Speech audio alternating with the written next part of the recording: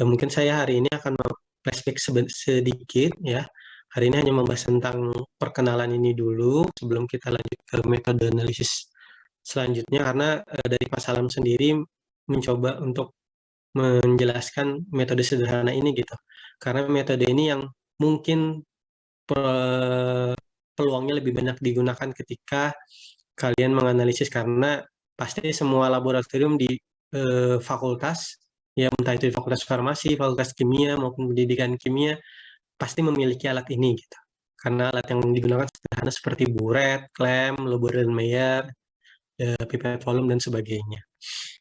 Seperti itu. Nah, capaian pembelajaran sendiri yang diharapkan dari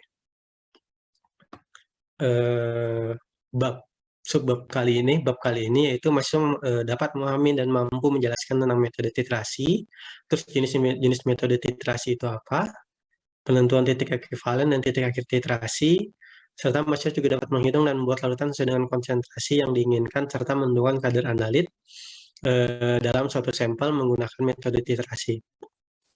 Oke, jika saya kecepatan atau di tengah penjelasan saya ada yang tidak dipahamin, silakan aja langsung aja berikan aba-aba gitu ya, potong saja. Oke, metode titrimetri ya, atau sering kalian dengar ada metode titrasi. Sudah pernah kalian dapatkan ya sebelumnya? Ada yang tahu nggak kira-kira apa sih itu metode titrasi gitu? Apa ada yang masih ingat nggak?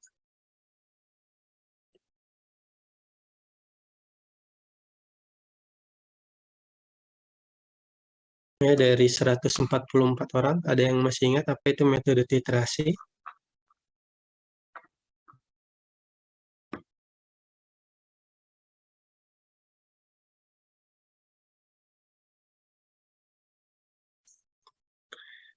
Biar tidak mengantuk gitu.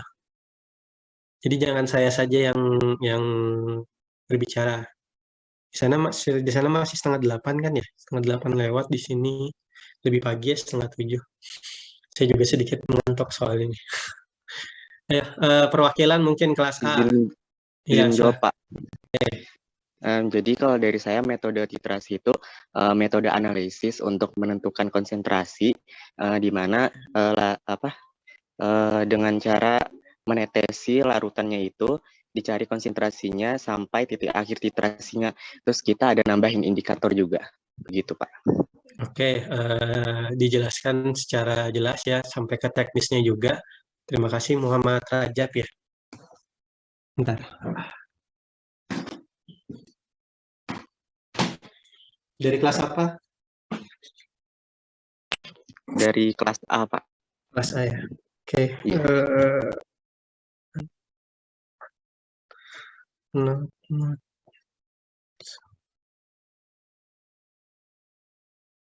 Kelas B, ada yang mau ditambahkan?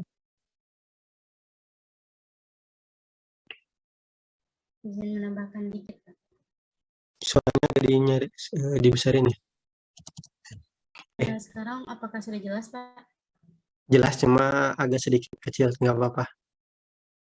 Izin menambahkan sedikit dari jawaban Rajab tadi. Untuk titrasi ini, dia mereaksikan antara titran dan titrat. Nah, di mana titrannya ini sebagai larutan standar dan dia ada di buret, sedangkan kalau titratnya ini dia yang di Erlenmeyer. Nah, titrannya ini yang akan kita analisis. Apa yang dianalisis? Titrannya yang di Erlenmeyer. Titrat yang ada di Erlenmeyer. Oke, siapa namanya? Ainun Saputri dari kelas Ainun B. Saputri kelas B ya. Oke, kelas C ada yang mau ditambahkan lagi?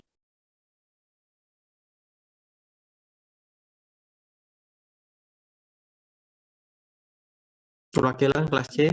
Izin menambahkan, Pak. Ya, silahkan. Metode titrasi ini merupakan metode analisis kuantitatif. Oke. Udah, gitu aja? Iya, Pak. Siapa namanya? Cica Haryanti, Pak. Cica Haryanti ya.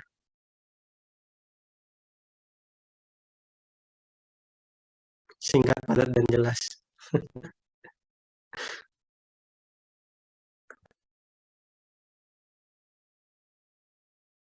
Oke, terima kasih ya.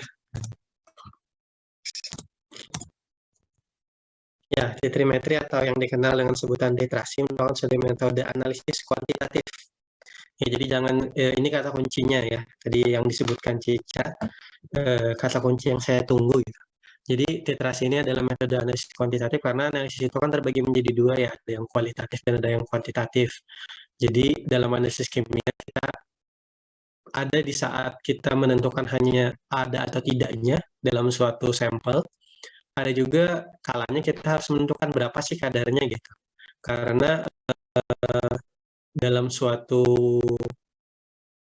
penelitian itu diperlukan juga batasan gitu, kadar atau jumlah yang ada di dalam suatu sampel. Jadi kita bisa tahu, oh ketika kita mendapatkan suatu target yang banyak, berarti kita bisa mengambil dari situ gitu. Terkadang untuk pencemaran juga, oh berarti sampel ini tidak boleh menjadi atau dibuang sebagai limbah ke lingkungan gitu. Seperti itu. Jadi titrimetri atau titrasi ini merupakan suatu metode analisis kuantitatif di mana kita nantinya akan mendapatkan suatu angka ya atau kadar dari suatu sampel yang dilakukan dengan menetapkan suatu volume jumlah yang digunakan suatu larutan yang konsentrasinya diketahui dengan tepat yang tadi disebutkan oleh Ainun ya, yang dinamakan dengan titrat yang nantinya diperlukan untuk bereaksi secara kuantitatif dengan larutan yang akan ditentukan konsentrasinya atau titrat seperti itu. Yang prosesnya nanti dalam prosesnya nanti ada yang namanya titik ekivalen dan titik akhir titrasi ya yang disampaikan sama Rajab tadi. Itu sudah teknis itu yang disampaikan Rajab. Dari titrasi di mana nanti dalam suatu titrasi diperlukan suatu yang namanya indikator ya. Karena dengan bantuan indikator tersebut kita dapat mengetahui titik akhir titrasinya. Seperti itu menandakan bahwa titran atau titrat ataupun namanya nalit ya itu bereaksi secara sempurna seperti itu. Jadi itu pengertiannya dari titrasi ya seperti itu. Jadi ingat 2 poinnya saja, 3 poin ya di analisis kuantitatif. Terus yang bertindak sebagai pelakunya ada larutan yang sudah diketahui konsentrasinya disebut titran, dan yang kedua adalah larutan yang belum diketahui konsentrasinya atau yang akan ditentukan itu titrat atau analit seperti itu. Nah ini yang tadi disebutkan larutan yang konsentrasinya diketahui dengan tepat disebut titran. Ini atau kadang mungkin kalian melihatnya dengan sebutan larutan standar atau larutan baku ya. Terus larutan yang akan ditentukan konsentrasinya disebut analit atau titrat. Seperti itu. Nah ini posisinya ketika kalian melaksanakan penelitian di laboratorium itu terkadang titran itu diburet ya. Mungkin saya anggap kalian sudah tahu ya nama alatnya buret. Seperti apa, titran itu ada di buret, terus titrat ada di Erlenmeyer. Tapi terkadang tidak seperti itu. Terkadang titran juga ada di Erlenmeyer ya atau wadah penampungnya. Titrat terkadang ada di buret. Ya jadi tergantung nanti metodenya. Jadi saya harap kalian jangan berpatokan dengan posisi karena terkadang akan bingung gitu. Jadi pahamin saja istilahnya titran sama titrat. Seperti itu ya. Jadi tidak terbalik. Jadi kadang kalau ditanya yang diburet apa, kadang ada yang jawab titran, ada titrat. Itu benar gitu, tidak ada yang salah. Seperti itu karena mereka dapat diposisikan di keduanya. Seperti itu. Terus reaksi antara analit dan titran itu berlangsung secara kuantitatif ya. Jadi dapat dihitung reaksinya. Terus reaksi dasar antara komponen analit dengan titran dinyatakan dengan persamaan umum berikut, yaitu analit plus titran itu adalah hasil reaksi atau produk, di mana produk yang dihasilkan ini tidak ada pengotor atau hasil samping. Ya jadi benar-benar pure penjumlahan dari reaksi dari analit sama titran. Jadi misalnya HC asam sama basa ya yang paling dasarnya, yang paling mudahnya itu HCl plus NaOH, di mana nanti terbentuk NaCl plus H2O. Nah, itu tidak ada pengotor yang lain. Ya, jadi sesimpel itu untuk titrasi metode titrasi seperti itu ya. Dan titrasi ini agak susah kalau kita mereaksikannya, menggunakannya dengan reaksi-reaksi yang kompleks. Jadi benar-benar reaksi yang mudah seperti itu. Untuk yang metode titrasi, makanya dia metode dasar ya, yang pertama kali yang mungkin digunakan sebelum kita melakukannya menggunakan beberapa instrumen ataupun metode-metode yang lain seperti itu.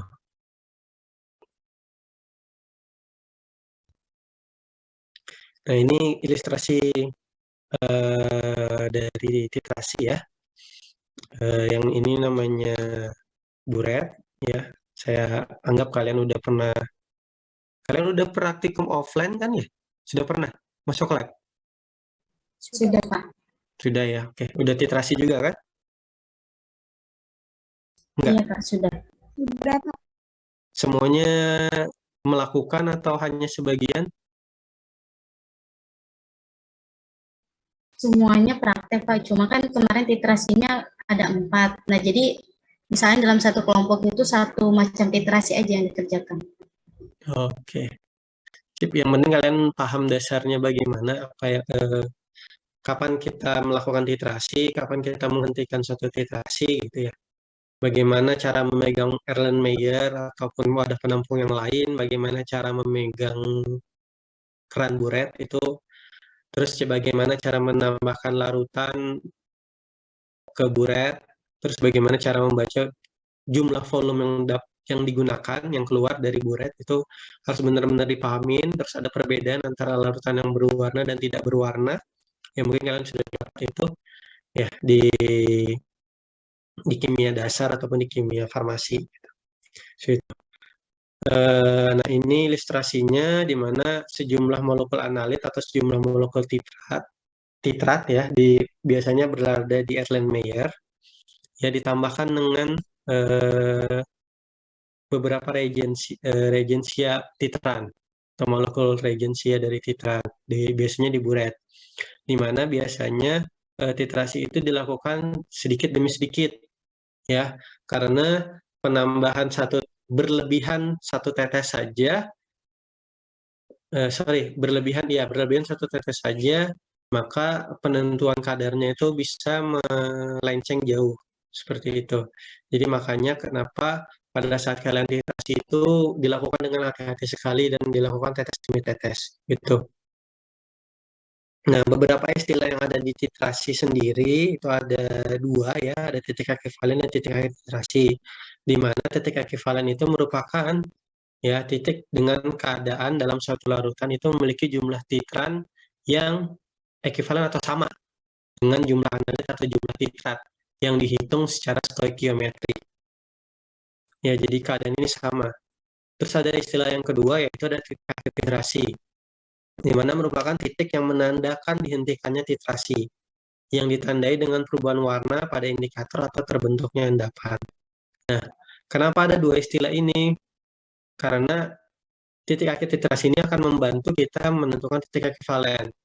Ya, titik ekivalen ini sangat sulit sekali. Ya, sangat sulit sekali ditentukan dengan mata ya. Karena kan kita metode konvensionalnya secara organoleptik ya, ngelihat perubahan warna atau terbentuknya endapan. Sedangkan titik ekivalen ini itu belum terjadinya perubahan warna atau belum terbentuknya endapan itu posisi samanya ini gitu.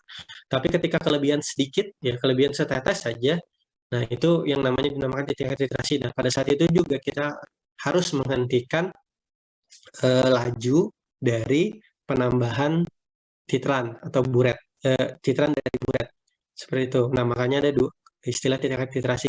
Jadi idealnya titik ekivalen itu dianggap sama ya, dianggap sama titik akhir titrasi, walaupun kenyataannya titik akhir titrasi itu kelebihan satu tetes saja ya, karena menentukan titik ekivalen itu sangat susah ya. Terkadang ada yang mengerjakannya, dia mengukur satu tetes itu kelebihan satu tetes dari bulat itu berapa mili sih gitu, sampai nanti dia mengurangi, misalnya dia dapat titik akhir titrasi volumenya 50 mili.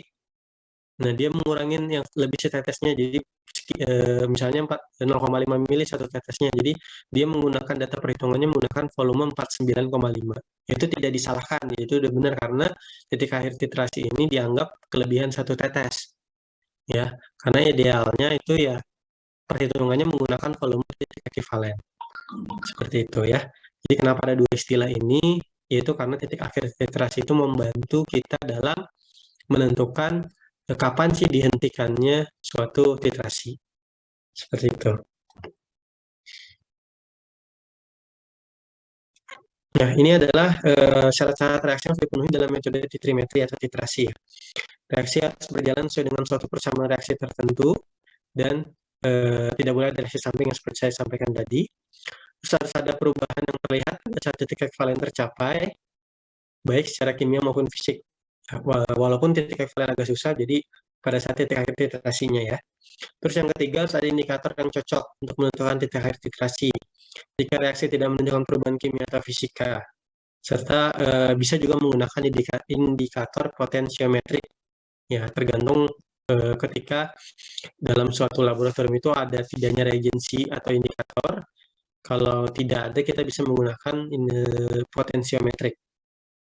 Terus yang keempat, reaksi harus berlangsung cepat sehingga titrasi dapat dilakukan dalam beberapa menit. Nah, ini salah satu poin juga ketika kalian menggunakan metode titrasi, ya reaksi yang terjadi pada saat penentuan itu adalah reaksi yang cepat, ya tidak membutuhkan waktu lama. Terkadang ada yang reaksinya didiamkan selama 1 jam, 2 jam, atau bahkan 24 jam. Nah, itu sangat tidak dianjurkan menganalisisnya menggunakan metode titrasi seperti itu.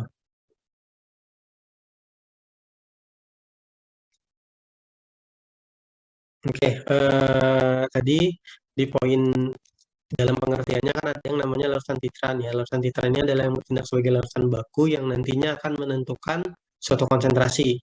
Di mana larutan baku itu atau larutan standar ya, istilah yang lainnya merupakan larutan yang telah diketahui konsentrasinya secara pasti melalui perhitungan ya, yang akan digunakan sebagai larutan titran. Ya. Dan larutan baku sendiri memiliki syarat ya. Yang pertama, dia mudah didapat dalam keadaan murni. Kalaupun ada pengotornya, dia tidak boleh lebih dari 0,01 sampai 0,02%. Jadi dia benar-benar mendekati murni. Terus mempunyai rumus molekul yang pasti, ya kita udah tahu, oh ini rumus molekulnya, karena nantinya akan kita gunakan untuk menentukan hasil reaksinya bagaimana. Terus yang ketiga, harus stabil secara kimiawi, mudah dikeringkan dan tidak bersifat higroskopis. Ya, yang keempat, berat ekivalennya harus besar sehingga mudah ditimbang dan meminimalkan kesalahan akibat penimbangan. Dan yang kelima, itu pasti mudah larut. Ya, entah dia menggunakan pelarut organik maupun pelarut air. Karena kalau dia suka larut, itu akan sulit nantinya menentukan konsentrasinya. Karena kan kita menentukan konsentrasi sendiri dalam menggunakan rumus ya. Ketika kita membuat konsentrasi dalam sekian mili, itu berapa gram yang ditimbang. Nah, sekarang saya tanya, kalian udah pernah belajar stoikiometri kan? Larutan sendiri kan biasanya ditentukan kadarnya dengan dalam satuan konsentrasi. Kalau dalam kimia gitu, kadarnya ditentukan dalam satuan konsentrasi, entah itu dalam bentuk molaritas atau M besar, ataupun normalitas N besar. Seperti itu. Mungkin ada yang tahu rumus molaritas itu apa? Mungkin selain Raja, Painun, sama Cica ya. Ada yang tahu rumus molaritas? Perlu waktu ya untuk mungkin googling atau ya silakan. Nah.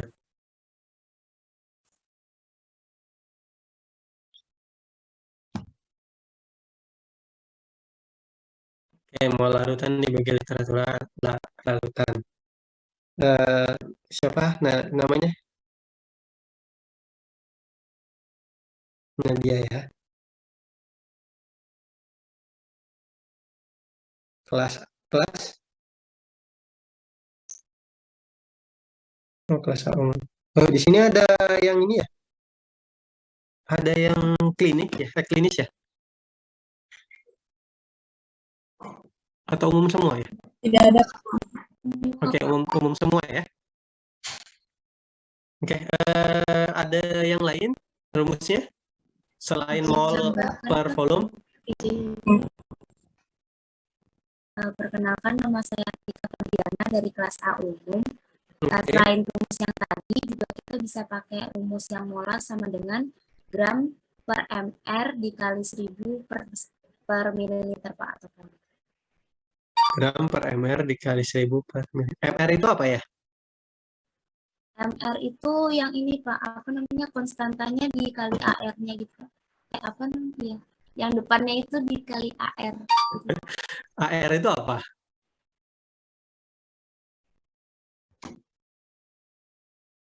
MR massa molekul, Pak. Nah, air itu massa unsurnya. Oke, ya. Terima kasih. Siapa namanya? Saya Muhammad Adil, Pak. Muhammad Adil dari kelas? Dari A. Kelas saya. Ya, jadi AR atau MR itu adalah massa dari molekul tersebut ya. Jadi kalau dia dalam bentuk unsur atau atom itu biasanya AR ya. Kalau dia dalam bentuk senyawa itu MR ya, molekul relatif.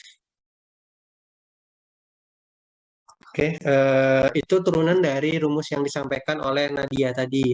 Jadi mol itu kan rumusnya gram per mr ya. Sedangkan volumenya itu bisa kita gunakan perbandingan mili. Karena volume yang di rumus yang disampaikan Nadia itu dalam satuan liter. Nah, biasanya rumus yang disampaikan Atika itu dalam satuan mililiter, makanya muncul angka 1000 itu. Ya. Seperti itu. Jadi bisa dikalikan 1000 per mililiter atau volume yang digunakan. Kelas A ya tadi ya, Muhammad Adil.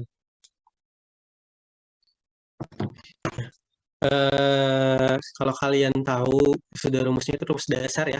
Terus kalau normalitas sendiri, bagaimana ya cara menentukan normalitas ya? Terkadang dalam suatu titrasi itu untuk memudahkan kita menghitung ya, karena dianggap jumlah ekivalen dari baik titran maupun titrasi itu dianggap sama gitu. Kita tidak perlu menentukan lagi ekivalennya berapa gitu. Ada yang tahu nggak normalitas itu bagaimana cara menentukannya? Saya, Pak. Ya, silakan.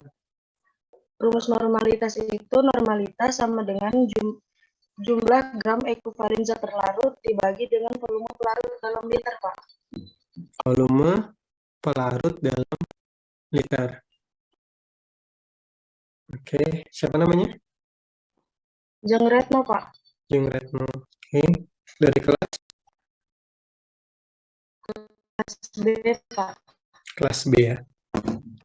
Oke, ada lagi? 5, Pak. Siapa? Jaringan saya atau? Oke, siapa? Ulangin.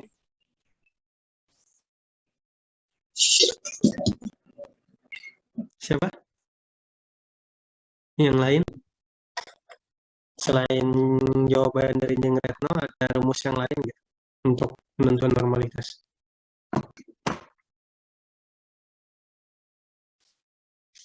Selain tadi jumlah 1 gram ekivalen suatu molekul dibagi dengan volume larutan ya tadi, tidak salah ya.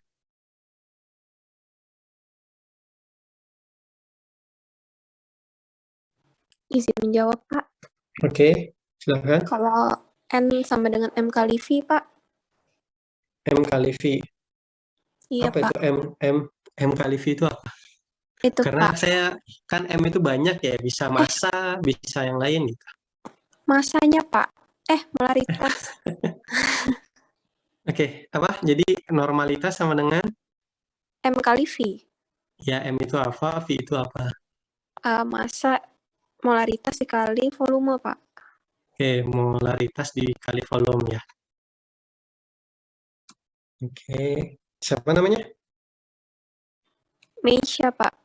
Meisha. Dari kelas A, Pak. kelas A. Ini kelas C ini mana suaranya kok dari tadi nggak ada ya? Oke, itu bisa juga kita gunakan ya yang